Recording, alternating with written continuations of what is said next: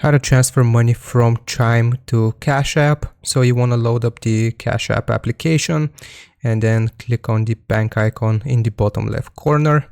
Now from here, we want to select the option to add cash. So click on it and you can select the amount right here. If you don't see the amount that you would like to add, you can click on the three dots and type a custom amount. So for example, let's do $70 and just select add and the sum of money.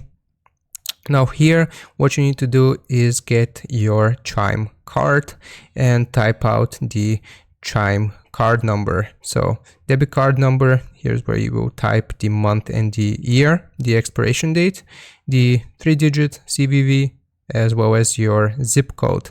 So after you have typed in this information right here, it will link your Chime card to Cash App, and then it will add the amount of money you have selected from Chime, from your Chime debit card to your Cash App, and you will see it in your cash balance. So hope this helps. Don't forget to like and sub, and I'll see you next time.